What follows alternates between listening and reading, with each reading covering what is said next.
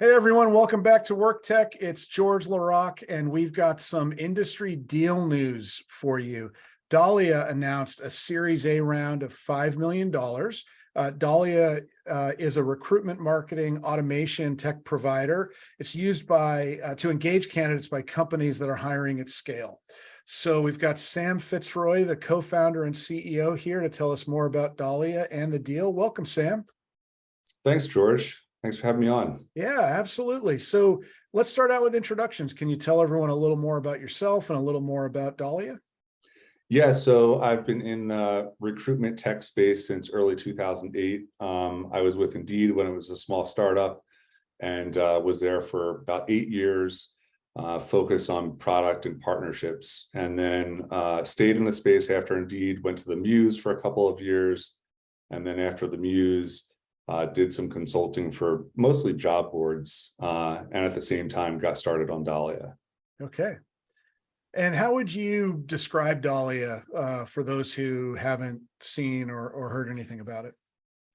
So Dalia really gives employers the ability to be very active with their career site visitors. So what I've seen, the reason I started it, is that conversion rates on employer career sites are very low to job seekers completing applications. And there's not really much on the market that lets employers dramatically improve that conversion rate. So Dalia becomes really a recruitment marketing automation tool that sits on top of a career site to maximize its conversion rate and ultimately drive more qualified applications into the ATS for a really low cost. Yeah. So that's, recruitment marketing is a big growing category. How would you differentiate Dalia from other recruitment marketing solutions, or what's the essence of what you're doing on top of that, career site? I think there's a few things that make us unique in the market. The big one is that it's pretty effortless. Like, the setup is very simple. There's no real integrations with a ATS or other platform. It's very simple to go live, like the same as going live with a new job advertising channel. It's fully automated. I think there's a lot of tech in the space that's marketed as automated to some degree, but our solution is just hands off. There's literally nothing that anyone does to set up or use. It just runs automatically. And then I think, the other big piece, which is a new development for us towards the later half of 2022, is that our pricing is all performance-based. So we only charge for results driven to the customer. There's no setup fee or platform fee or ongoing fees unrelated to applications that we deliver. Yeah. So when thinking about marketing automation and the way you're describing it, conversions, you're able to be performance-based. There's an analogy there to sort of the e-commerce world, like what we're used to as consumers engaging with a site in a more general sense. Totally. I mean, if you go to any e-commerce site today, you're probably going to see something that engages you immediately and gets you to sign up, like get 10% off by signing up for our list, right? Via email and text. And they do that because they've proven that if they can get somebody into their remarketing machine, they're way more likely to have them come back and buy something. And so an e-commerce brand would never spend a penny driving traffic back to their site without having maximized its conversion rate through these tools. Yet today, that's exactly what happens for most employer career sites. They're buying traffic from Indeed, from programmatic, sending it back to their career sites, and there's nothing really there to actively capture interest and really drive people to apply in a meaningful way. And so that's the layer that we provide to these employers. It's very e-commerce, like very active and highly automated. Okay. Yeah, that's interesting. I've seen some charts because automation is everywhere, and the talent market, the job market, we're usually a few years to be behind B2B, B2C marketing. And there's automation at every step of the marketing funnel. Every category has an automation, but it sounds like this is in sort of the new wave of this is where we're headed, and that's exciting to me. So So what types of companies would you normally work with? What do your ideal customers look like? So large companies hiring at scale are the best fit. That's where we can have the most impact, the fastest. Some examples of the customers we work with: People Ready, who's a large staffing business. They place about 300,000 people a year. We're a top source of applicants and placements for them. Compass Group, who's big in food service, hiring 150,000 people per year, and we're a leading source for them. So it's high volume. Generally, they have a fair amount of turnover, but they have a constant need to fill their pipeline with talent. And they generally have pretty extensive job advertising budgets, and they're usually looking for a lot more efficiency out of that spend, especially in this climate where budgets are either frozen or cut, and they're asked being to reduce those budgets, but still get the same results. So those are great fits for Dalia.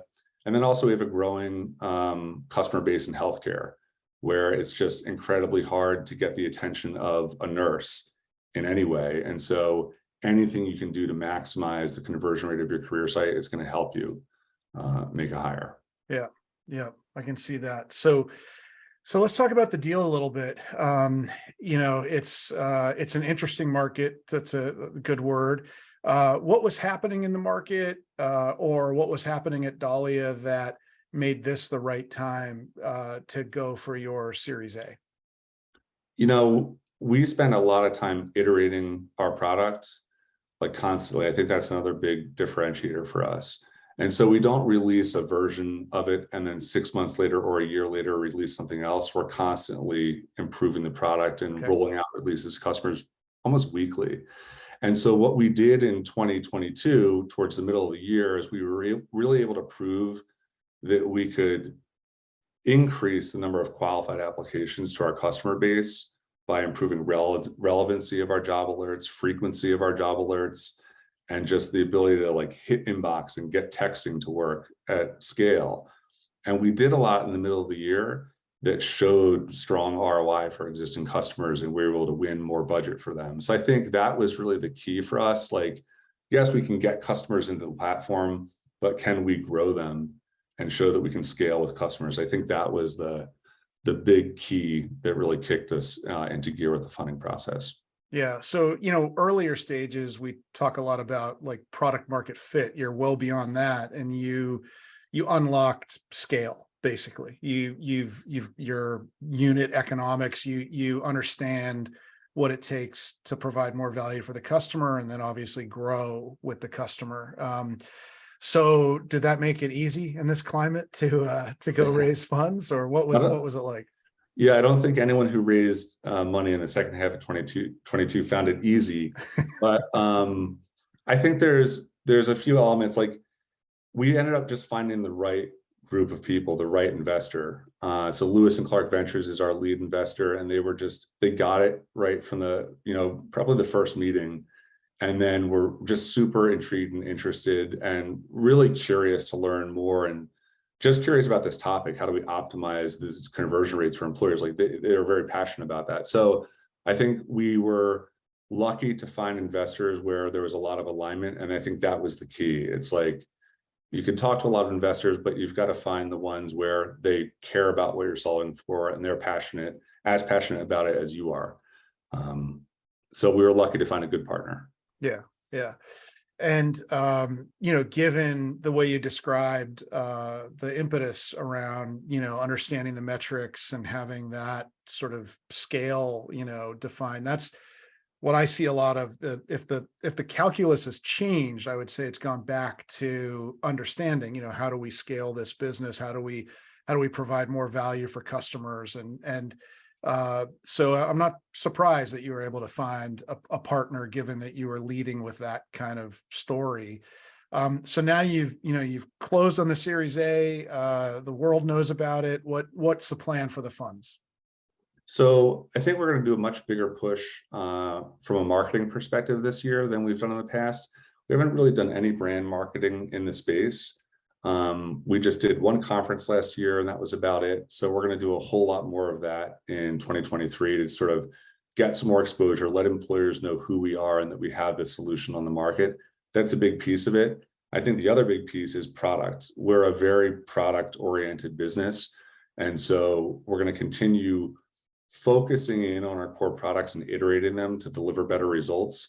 We're not going wide and broad with our platform. We're staying very focused on the things that work and, iterating those products. So there's a lot, it's a scale business. We can be a top 3 volume source of applications for very big companies. And that alone requires significant engineering to make that happen efficiently. So lots of product, lots of engineering, and more push into the market. Yeah. So, with that comes some impact. I always think about 3 constituencies: customers, employees, and then, the market at large. I think you've talked about the market pretty, like we're going to see you more out in the market. People are going to know more about you. What's the impact on customers going to be? Anyone using your product today? I think they'll see more efficiency. So our goal is to get them more qualified applicants who actually make it through their hiring process for less money. So if they have $1 million job advertising spend, we want to help them take that down to 800,000 but get the same results. And so our customers are going to see us working to do that for them and help them save money on job advertising. Yeah, that's a great message, especially in this market. Everyone isn't getting, it's not spreading itself evenly, the uncertainty and the challenges in the market, but I guess maybe the uncertainty is even, the impact might not be, but everybody's looking to do more with less. Now, what about employees? This must be opportunity, for growth at this point in your journey. Yeah, so we're excited to continue building the team as needed. But we're not going to go out and just hire like crazy. Like, I think obviously we're seeing what happened 2021, 2022 in tech. And so I would say we're going to hire as needed and be somewhat conservative. Our goal is to make the best possible use of this capital, bring in the right customers and deliver the best results to them. And we'll bring the right people into the team that we need to do that. But we're going to, I would say, err on the side of, be a bit conservative. Yeah. Hiring. Yeah. So, I think you've talked about the market. We've talked about the sort of the product roadmap based on, driving more efficiency for your customers. Where can folks go to learn more if they're interested? People can go to dalia.co. Great. And we'll put that in the notes. And well, I really appreciate your time, and thank you for coming to WorkTech to tell your story. And I'm really happy to share it with the market. Thanks for being here. Yeah, thank you, George. I appreciate it very much. Yeah, and thanks to everyone, whoever's watching or listening. And until next time.